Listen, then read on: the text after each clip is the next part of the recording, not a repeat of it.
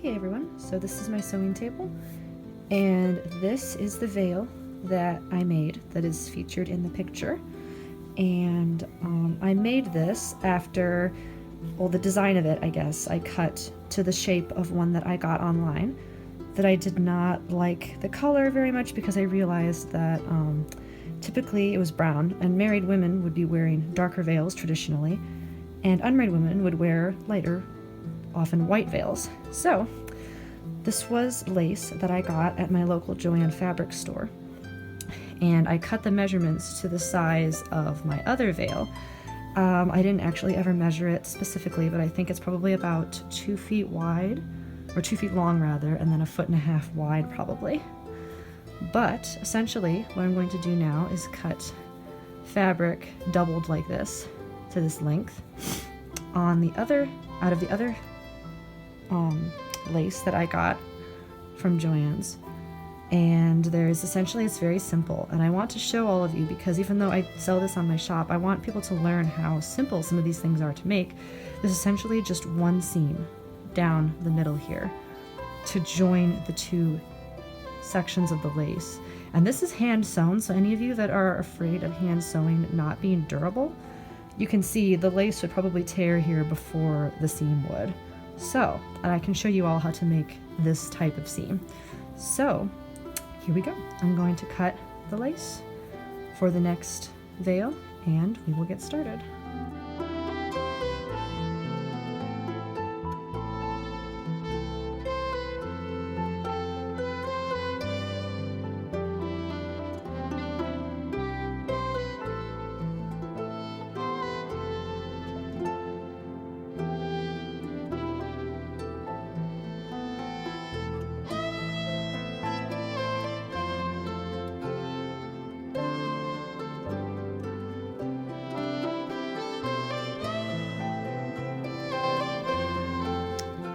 Alright, so unfortunately my phone cut out, so I wasn't able to show how I actually cut this here. But as you can see, let me lay this back out here. As you can see, I essentially all I did was, this was the yucky raw edge that was on the end of the fabric here.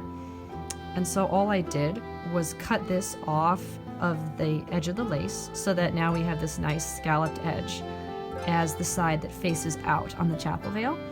And unlike most fabric, which when you cut it, this is called the raw edge.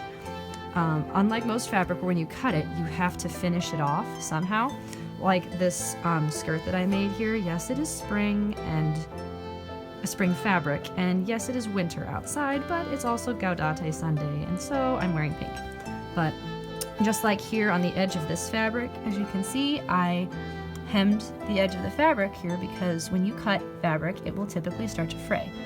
Because all fabric is a bunch of woven threads very tightly together. And so if you cut threads, then they will start to fray apart. But essentially, lace is different in that it does not fray like most fabric does.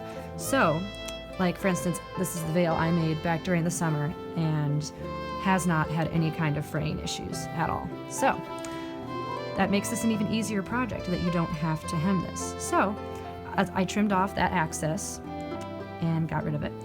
And now all I'm going to do is, as you can see, this is very shiny here. This is the outside of the fabric, the nice side, versus this here is the back side of the fabric that does not have the sparkle and the shine to it.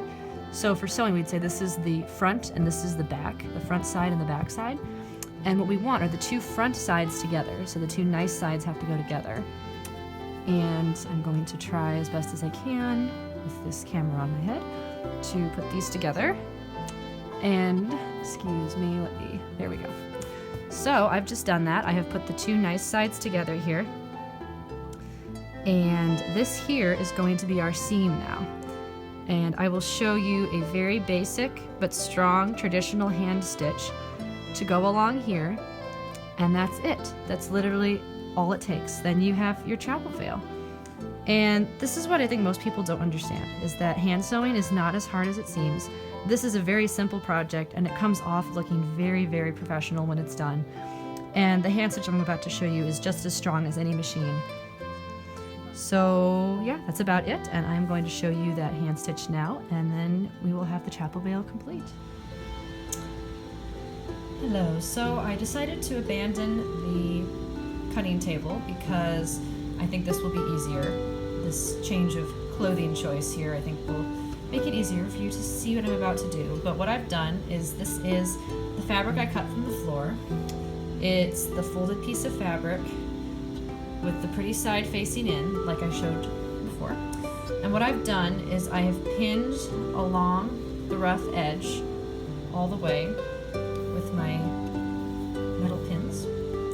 And what I'm going to do is I'm going to show you a couple different types of stitches here. And the one that I was going to do all the way down was a back stitch, which was traditionally the strongest stitch. However, because this is lace, that's a little bit overkill. This is not going to take, this seam here is not going to ever take any intense wear or stress.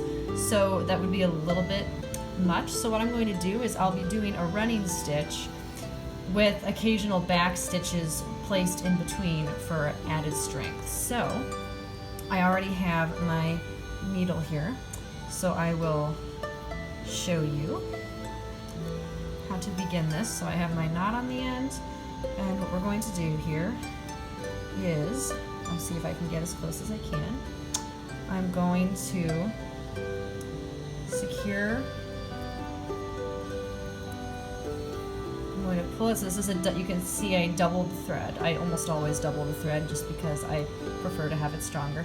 And before I pull it all the way through, especially with lace, which any knot will pretty much pull straight through this, I'm going to stop and come through here to catch that loop, and now pull, and now it will never pull out. You can see it essentially just caught the loop there, and now it's never going to pull out. So now we're going to go ahead and go back through the fabric again and have our first stitch here. Okay, and I'm going to go ahead and keep going for a little bit, make another stitch until I won't start back stitching yet because I want to get a little bit away from the knot. Okay, so we go ahead now and do my first back stitch. So as you can see there is one stitch right here. And what a back stitch is you've made a stitch, now you're going to come up through the middle of the stitch that you just made and continue. So I'll make another bigger one so you can see. So I've gone through the fabric, pull it through. You can see that big stitch right there. And then to make a back stitch, you come straight up through the middle of the stitch and pull it through. There. Now, a stitch as wide as that in a normal garment would not be super, super strong. The smaller the width of your stitch, the stronger the garment will be. So I've heard YouTubers such as Bernadette Banner describe ways of stitching that would literally cause the stitches to be only a couple threads apart, which is incredibly strong, and it's just, you're essentially weaving the fabric together at that point. So I've done a couple back stitches there, so now I'm going to do a running stitch.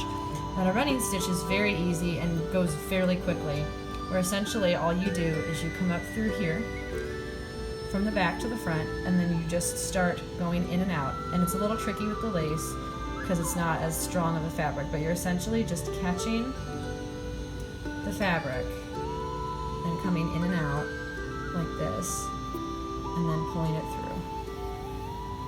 So that's a running stitch, and that is nowhere near as strong as a back stitch. Considering this type of garment and the fact that it's not going to ever have to, this seam will not have to experience any stress whatsoever, a running stitch is a perfectly fine stitch to use for this. Every couple inches or so I'll do a couple back stitches just to reinforce it, but by and large a running stitch should work fine.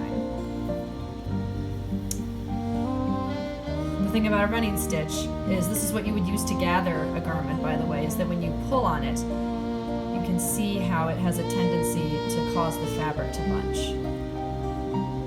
So that's how you would gather a garment. If you wanted to gather a skirt, you would do a long running stitch and then pull it, and it would cause it to bunch like that. We don't want bunches here, so I'm going to flatten it back out, remove another pin, and we will keep going.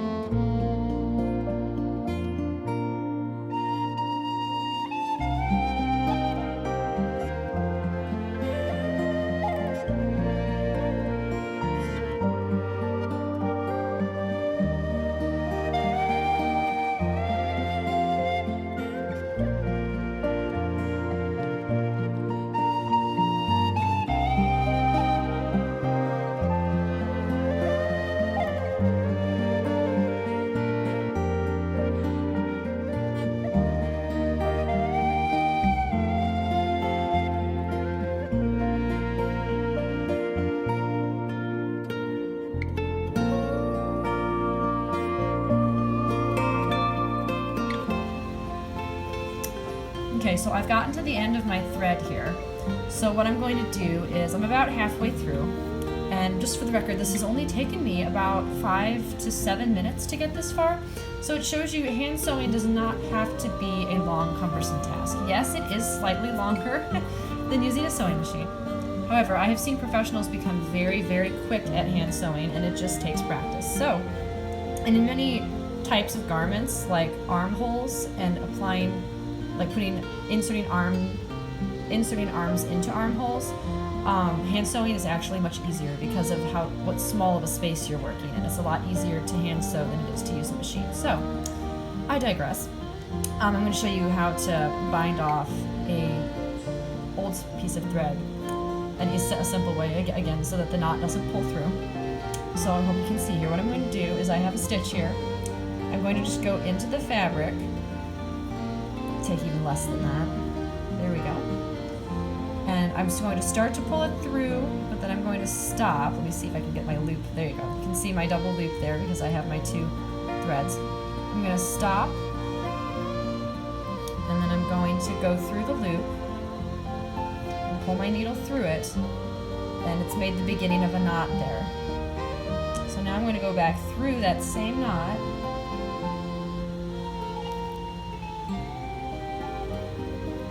and do the exact same thing again. Go back through here.